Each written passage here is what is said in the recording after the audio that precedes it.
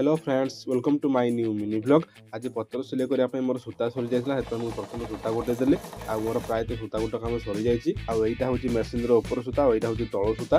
पत्र सिलाई करने पूर्व मेसीन को भल भाव ऑयलिंग करदे पत्र सिलाई करवा। आउ सांग मैंने आपण मैंने पत्र सिलाई कर जानी तो कमेंट निश्चय जनइबे। आपण एरिया जब पत्र सिलाई हुए तो केते टका दिखती 1000 पत्र को भी जनइबे। आमर एपटे केते टका दिखती है मुझे भिडियो कहबी। सिलाई करने पूर्व भल कि सेटअप करदे सिलाई करवा। पत्र सिलाई कर सारा पत्र भल की कुंची काटिदेवा आउ गणी गणी 100टा पत्र को गोटे बंडल करवा। गोटे बंडल प्राइस हूँ 16 टंका। आया 10टा बंडल रखी गोटे बड़ बंडल करवा। आउ सांग मैंने यही बड़ बंडल माने 1000 पत्र को आम एपटे 160 टका लेखा मिलूँ। आपण मैंने जब पत्र सिलाई करने अधिक समय देवे तो गोटे गोटे दिन में 2,500 ରୁ 3,000 पत्र सिलाई हो। आपण भिडियो भल लगे तो भिडियो गोटे लाइक और चैनल को सब्सक्राइब करदे और बेल आइकन को ऑल प्रेस करदे।